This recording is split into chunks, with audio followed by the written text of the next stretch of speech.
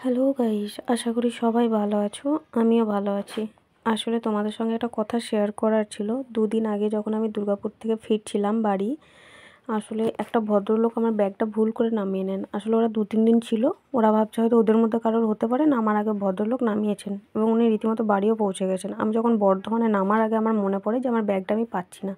তো ব্যাগের মধ্যে একটা ফোন ভরা ছিল, আই কার্ড ছিল, সমস্ত কিছু ছিল।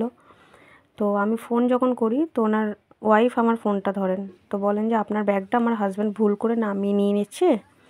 তো আমার বাড়ি গলসি, আমরা তো বর্ধমান যাওয়া পসিবল নয়, আপনি গলসিতে এসে আপনাকে নিয়ে যেতে হবে। তো আপনি কালকে সকাল 8টার সময় 8:30টার সময় আসুন। তো সকালবেলায় রীতিমতো ওনার মিসেস আমাকে ফোন করে যে আপনি কি আসছেন। তো আমি সকাল 8:10-এর ট্রেন ধরি, ওখানে 8:30 8:40-এ পৌঁছাই।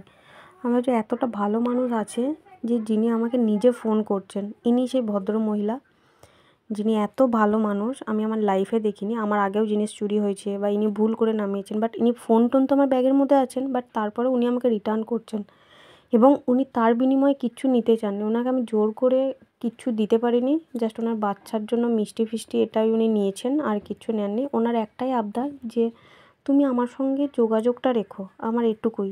আর উনি ওনার বাড়ি যাওয়ার জন্য রিকোয়েস্ট করছিল, আমি যাইনি। আমি বলেছি পুজোর আগে একটা জামা নিয়ে আপনার মেয়ের জন্য তখন যেতে পারি পুজোর আগে। তো আমি ওনাকে এটা কথা দিয়েছি যে পুজোর আগে আপনার বাড়ি একবার যাব। তো এত ভালো মানুষ এখনও পৃথিবীতে আছে, তার জন্যই পৃথিবীটা হয়তো চলছে। যদি সবাই খারাপ হতো তাহলে পৃথিবীটা ধ্বংস হয়ে যেত, যেটা আমরা বলি। পৃথিবীতে অবশ্যই ভালো মানুষ আছে।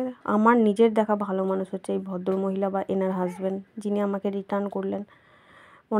আমার ফোনটাতে ওনার বাচ্চা কার্টুন দেখেছে, সেটাও উনি বলছেন যে আপনার ফোনটাতে আমার ছেলে কার্টুন দেখেছে, কিছু মনে করেন না। তো যাই হোক, আমি আমার ব্যাগটা নিয়ে আবার রিটার্ন করলাম।